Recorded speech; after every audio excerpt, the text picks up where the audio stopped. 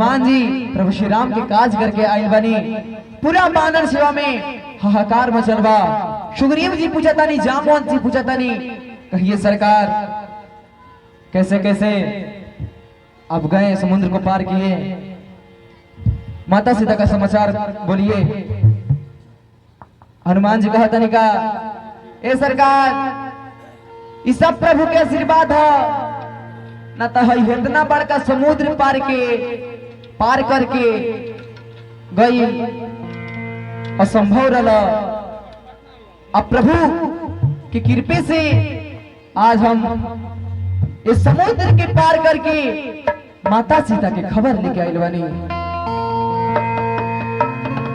हनुमान जी कहतनी, एकदम हर्षित होकर कहतनी, प्रभु के कृपा भया सब काजू, जन्म हमारे सफल बा आजू। जय हो। पूरा बानर सेना में कहतनी, ए सरकार आज हमार जन्म सफल बा, काशी के प्रभु के आशीर्वाद से माता सीता के हम समाचार लेके आए। हनुमान जी कहतनी, प्रभु आपकी कृपा से, प्रभु आपकी कृपा से सब काम हो रहा है।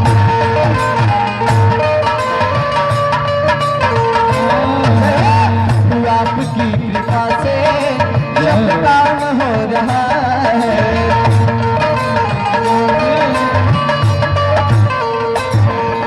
करते हो मेरे बाबा, करते हो मेरे बाबा, मेरा नाम हो रहा है। प्रभु आपकी कृपा से सब काम हो रहा है।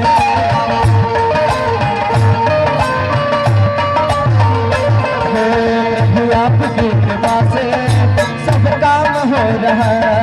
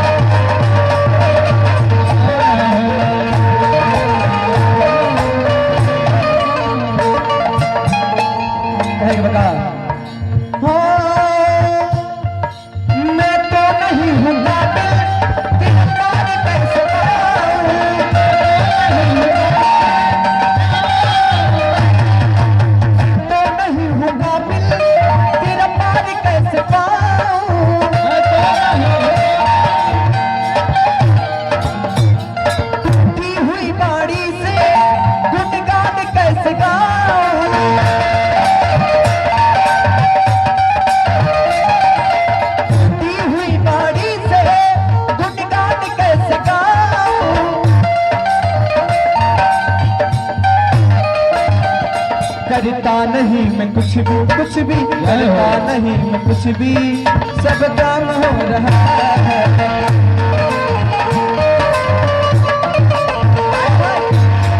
आपकी कृपा से सब काम हो रहा है।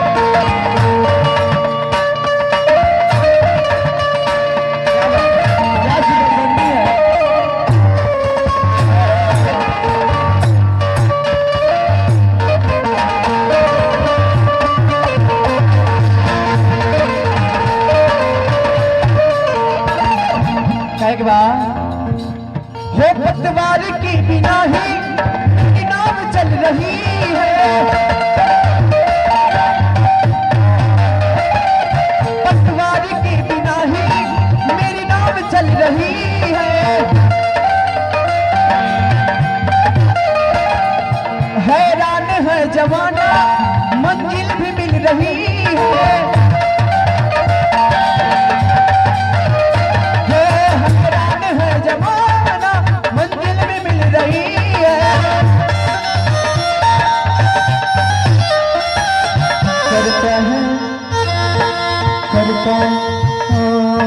करता नहीं मैं कुछ भी, करता नहीं मैं कुछ भी, सब काम हो रहा है।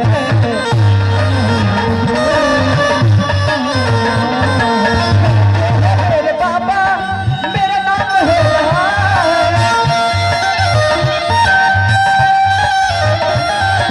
करते हो मेरे बाबा मेरा नाम हो रहा है।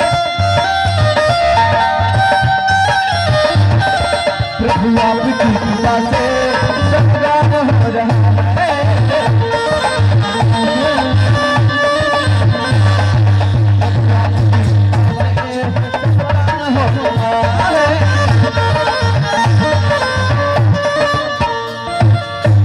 नाम प्रहारु दिवशनिशी ध्यान तुम्हारी कपाट, भोजन निज पद जंत्रित जाहि प्राण के ही बात। ओ मंगल मुहूर्ति मारुति नंदन, सकल मंगलम होलनि कंदन।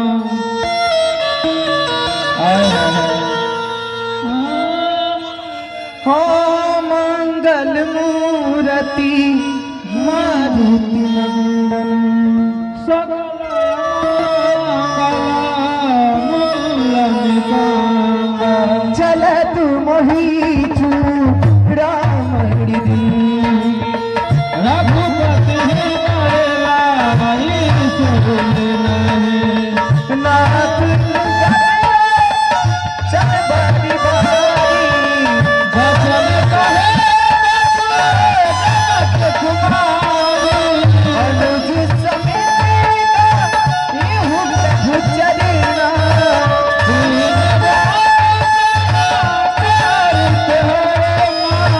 मान ब्रह्म वचन शरण अनुरागी।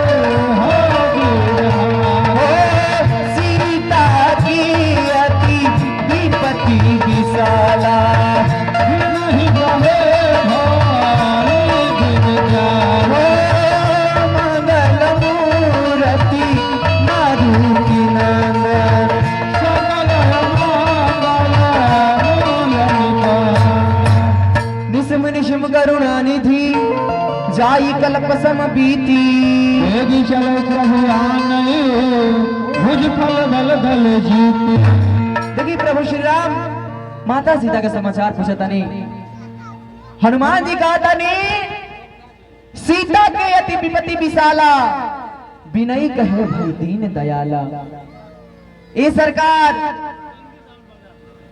माता सीता अशोक के पेड़ के नीचे बैठ के रोआ तारी, सिसिक की रोआ तारी।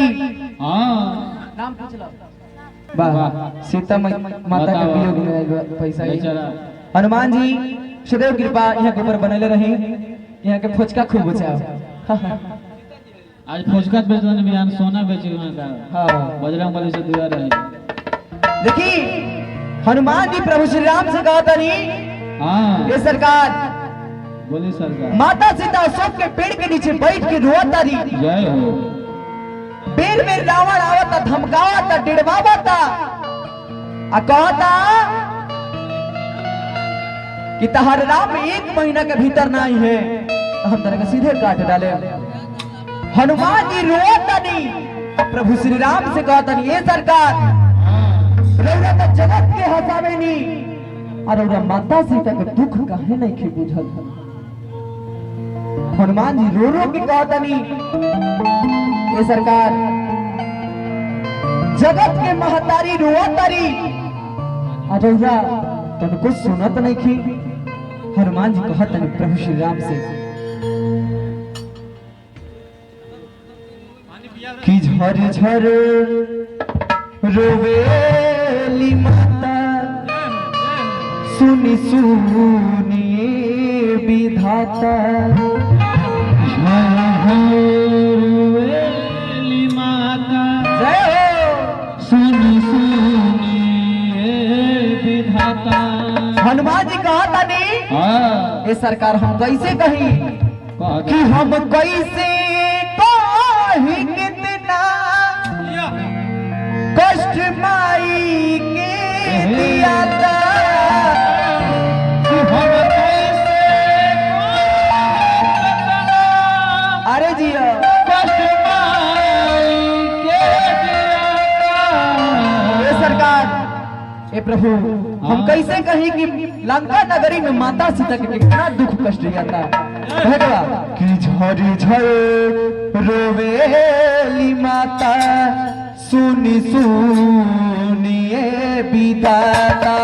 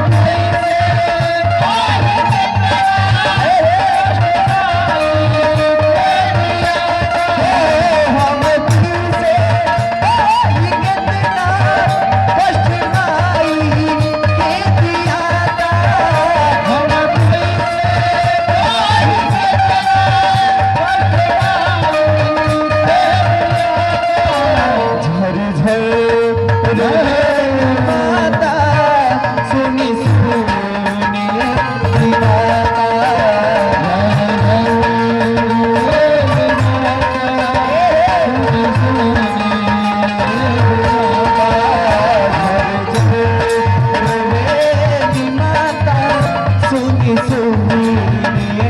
विधाता।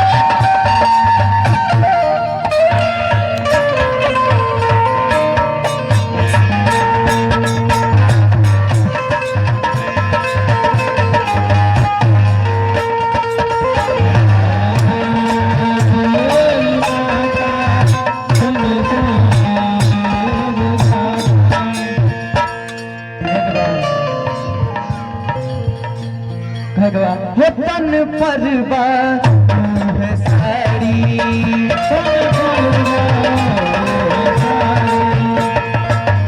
हनुमान जी कहता नहीं प्रभु श्री राम से हो तन परवा साड़ी